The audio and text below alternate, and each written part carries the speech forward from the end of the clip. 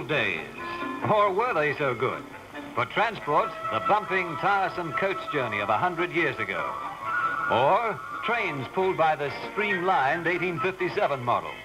The penny farthing bicycle. By 1910, we were progressing.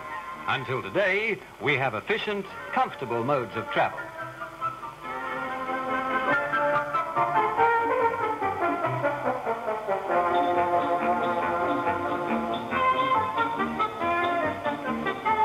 The old-time farmhouse and fence were both hewn from the forest. Crops, too, were gathered by hand, but the farmer has also come a long way. Today, fencing, building materials, water piping are made by machines. Machines have taken the sweat and toil out of much of farm life. A metal we all take for granted has played a major part in this great transformation. A metal we call steel, the most useful metal in the world. Its mass production 100 years ago brought the dawn of a new way of life. Stand in any city street. Within your immediate vicinity, there is something made of or depending on steel. Obvious things are tram tracks, light poles, the framework of buildings, the thousands of cars.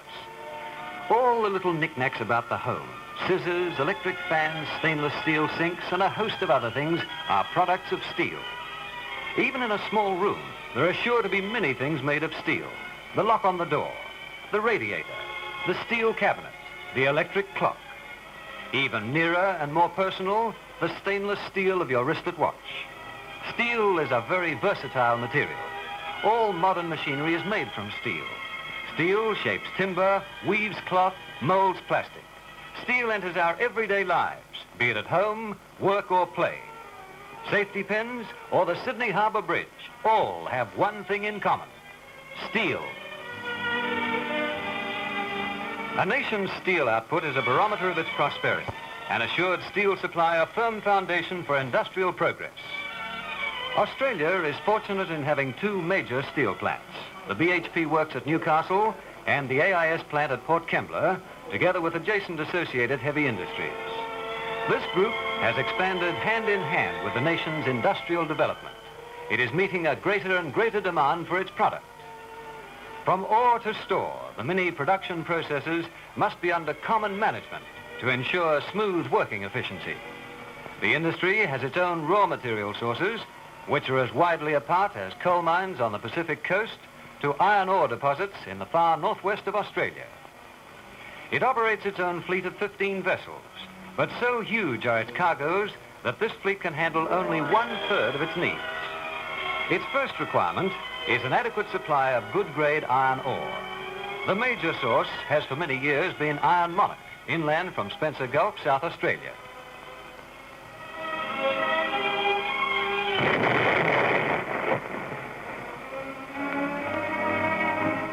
Blasting brings down thousands of tons of ore, and huge electric shovels pick it up, 8 tons at a bite, quickly load it into waiting trucks.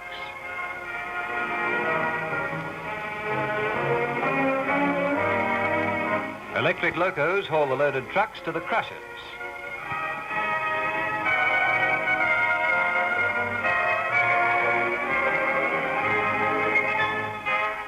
The ore is transported 34 miles to the shipping port of Whyalla.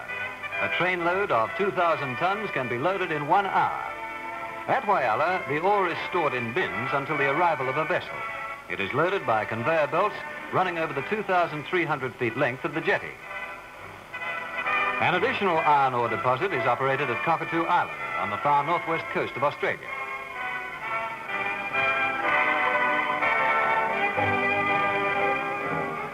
Equally important to the steelmaker is coal suitable for making a good hard coke. The industry owns and operates 10 collieries. It is a heavy coal consumer, using well over 3 million tons yearly. 3 tons every minute of the day and night, day in, day out. A demand of this size calls for the most modern and efficient methods of extraction. Steel industry pits set a high standard.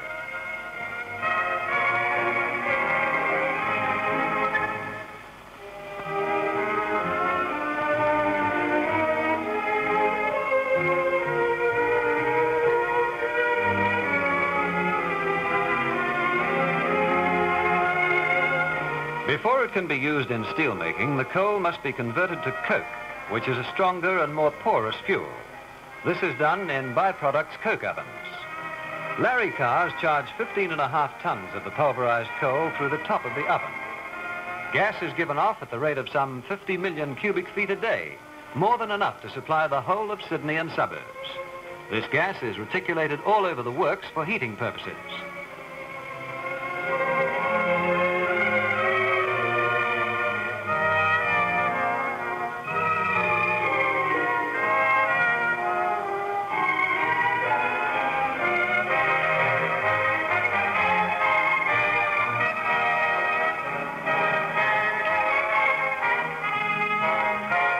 But first, valuable byproducts are extracted.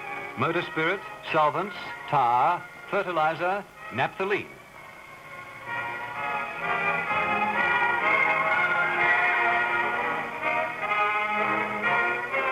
After about 15 hours, the conversion is complete and the coke is pushed from the ovens.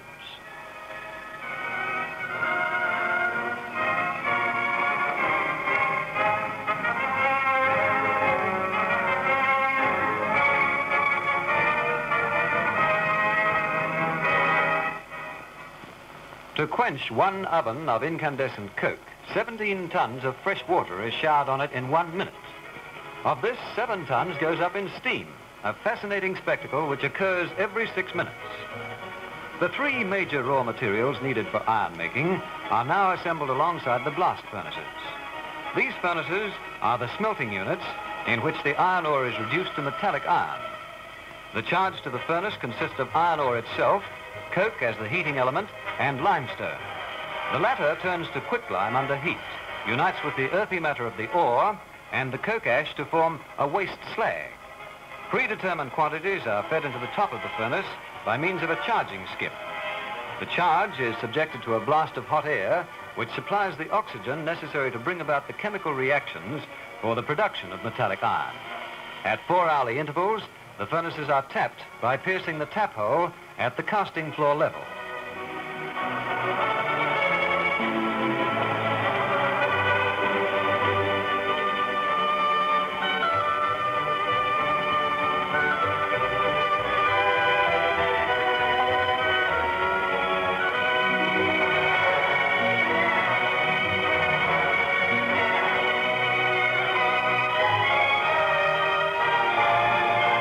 The slag, being lighter, is skimmed off and run into ladles.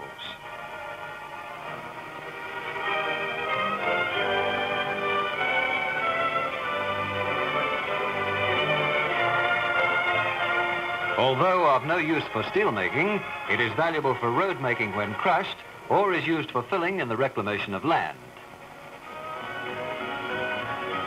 The iron is run off into separate ladles and taken to the open hearth steelmaking furnaces or used for iron castings. Iron is refined into steel in the open hearth furnaces. Large quantities of scrap are used. Almost every steel article used by man has appeared on the scrap heap at some time.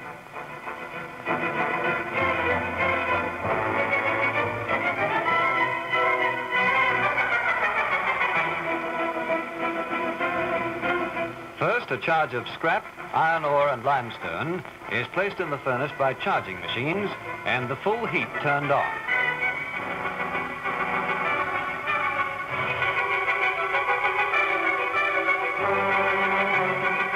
After about 3 hours, this first charge is melted and the iron, which has been kept hot meantime, is poured in.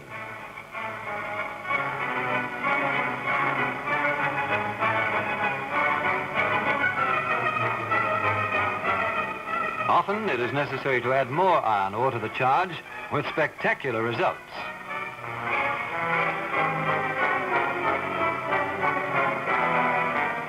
In about 12 hours from the first charging, the furnace is ready to be tapped. To obtain the required composition, no alloys are added to the ladles of molten steel.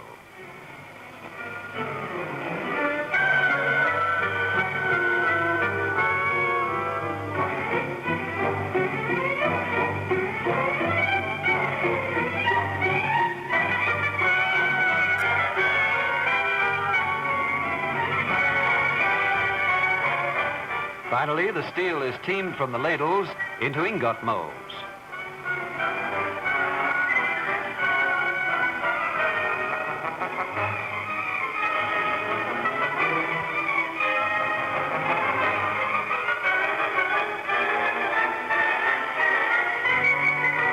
When solid, the steel ingots are stripped from the molds and taken away to the rolling mills. On arrival at the rolling mills, the ingots, which have cooled on the outside, are placed in a furnace known as a soaking pit, where they're soaked with heat to bring them to a uniform temperature for rolling. The first and heaviest of the rolling mills is the bloom mill. The ingot is rolled back and forth until it is reduced to a section known as a bloom or slab.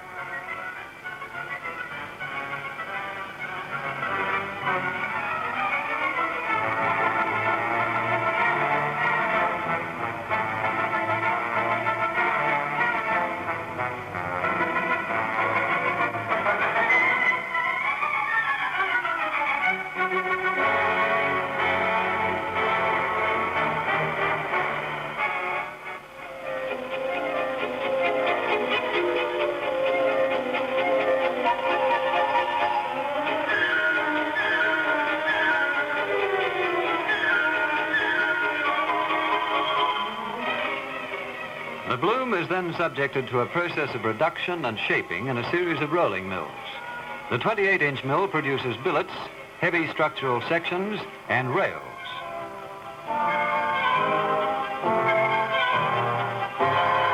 The 18-inch continuous mill is a mill in which the steel is rolled continuously through a series of stands to provide feed for the smaller mills.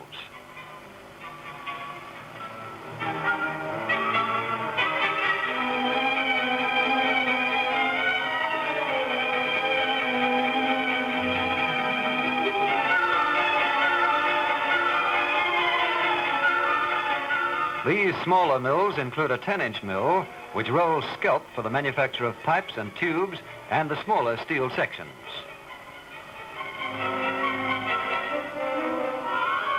A rod mill for the production of rods for the manufacture of wire and wire products.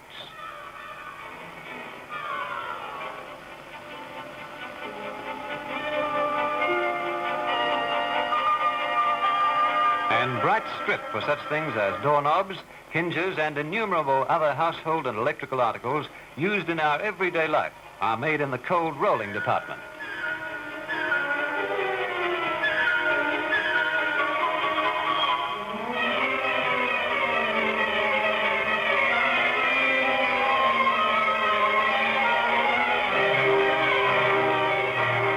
The Australian steel industry manufactures many of its own special requirements to an extent not usual in other countries. Ferroalloys, necessary additives to the steel to meet the wide variety of grades called for. Rolls required in the rolling mills.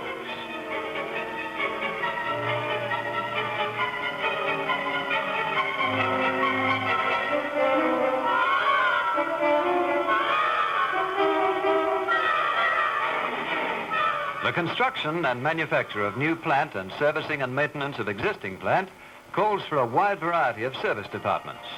They include a well-equipped machine shop, foundry, and a number of other trade workshops.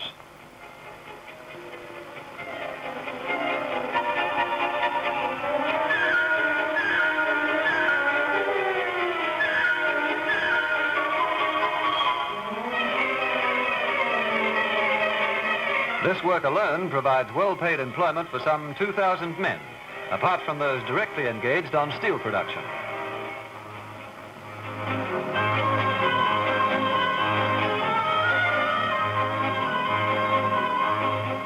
Amenities include modern, well-kept bath and lunchrooms.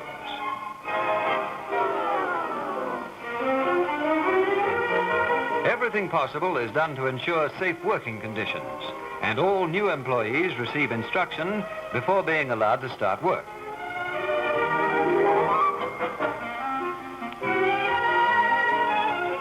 Hot-rolled rods are transported to the wire mills of Rylands Brothers, Australia Proprietary Limited, situated adjacent to the Newcastle Steelworks. The rods are cleaned in acid, coated with lime, and then drawn through tungsten carbide dyes to produce wire of hundreds of different shapes, sizes, and qualities. Most of the wire is drawn on modern continuous machines at speeds up to 3,000 feet per minute. Some classes of wire are given a protective zinc coating called galvanizing. 40 wires are run through continuously.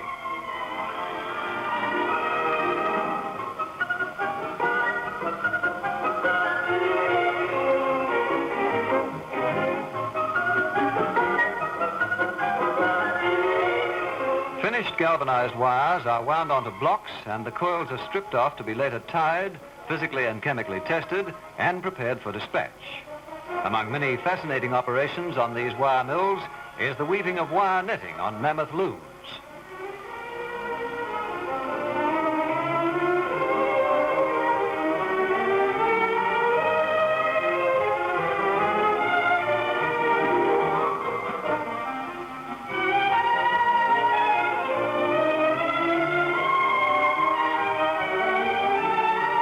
Barbed wire is manufactured by passing wires through these high-speed complex machines. In one of the most comprehensive wire mills in the world, and the second largest in the British Empire, barbed wire is only one of more than 800 different types of wire manufactured and put to thousands of different uses by Australian industries. Wire ropes for mining, office lifts, excavating, shipping and other equipment are made at the works of the Australian Wire Rope Works Proprietary Limited. The wire used in these is drawn from BHP steel at the Rylands wire mills.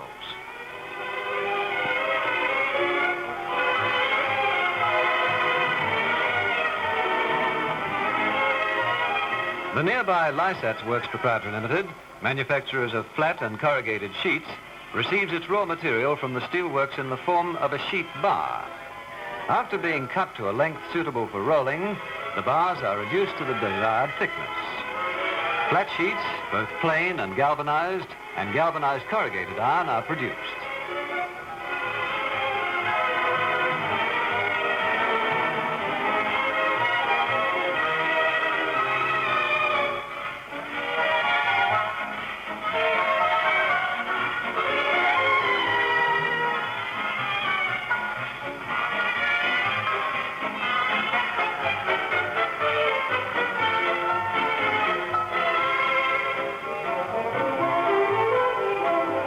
Pipes and tubes are produced at Stewart's and Lloyd's, Australia Proprietary Limited, from steel strip called skelp, rolled at the steelworks. The coils are first welded end to end to make a continuous run of strip.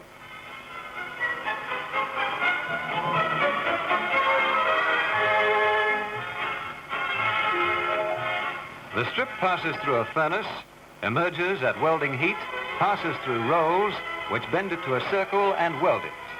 Over 4 miles of pipe every hour.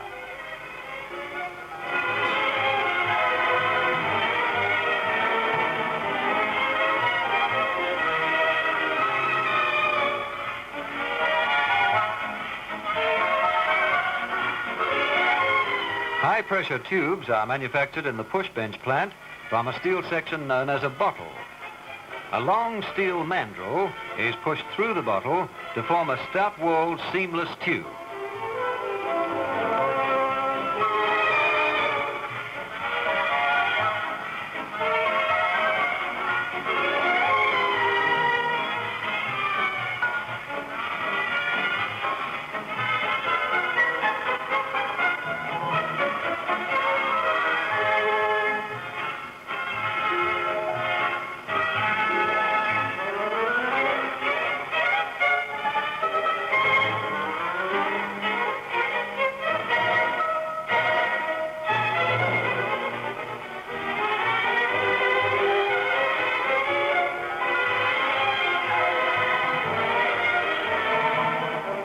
The plant of Commonwealth Steel Company Limited, with its open hearth and electric steel furnaces, rolling mills and variety of equipment, is a major industry in itself. More than 140 grades of steel have been produced here. Specially selected scrap is charged into these electric furnaces, which are used for the making of high-grade alloy steels of all types.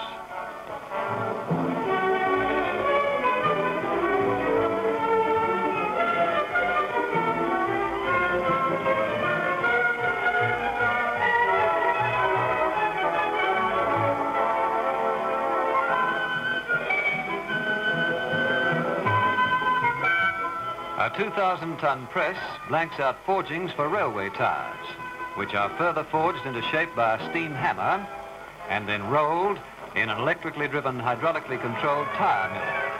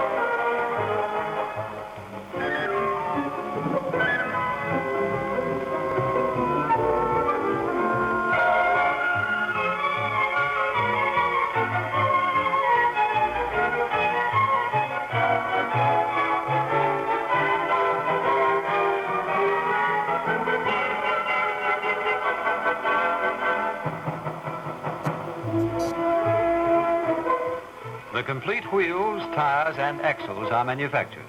The greater part of railway requirements for Australia and New Zealand are met. A far cry from the blacksmith's hammer, this massive forge press exerts up to 5,100 tons pressure on a glowing ingot of special steel. The 60-inch ingot of alloy steel being forged was the heaviest made in Australia, and the finished forging weighed 12 tons. It is capable of handling forgings up to 150 tons in weight, and is the largest press in the Southern Hemisphere.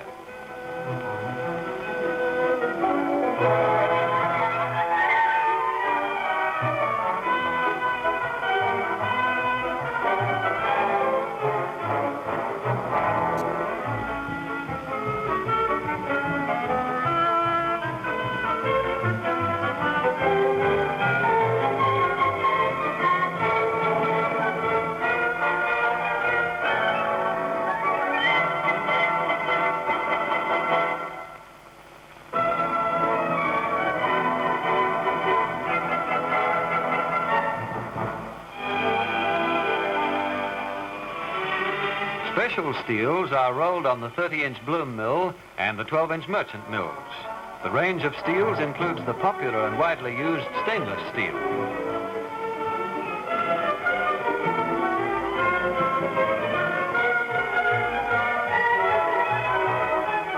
The home, factory, office, hospital, train, railway car. This practical decorative steel has its uses for our comfort almost without end. Although the steel industry is a big industry, it depends for its wide variety of needs on thousands of outside suppliers, both large and small. Just as their part is important to steel making, so too are the jobs of their employees dependent on the steel industry. No other industry offers a wider variety of employment. You'll find accountants, engineers, loco drivers, all in the steel industry team. With vast expansion projects, opportunities are continually arising, and training sufficient young men is an important job. Yet the steel industry has had plenty of experience.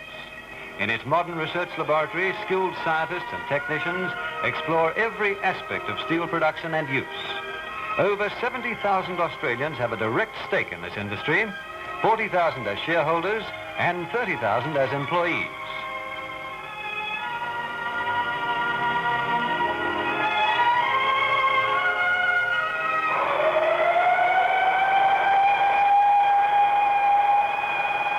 $10,000 in Newcastle alone. The employees with total earnings of over 30 million yearly are well paid, their average being well above the overall for Australia. Thousands have found opportunity and a secure career in the steel industry service. Skillful, well-trained people, they're keeping pace with Australia's development, which mirrors the story of steel.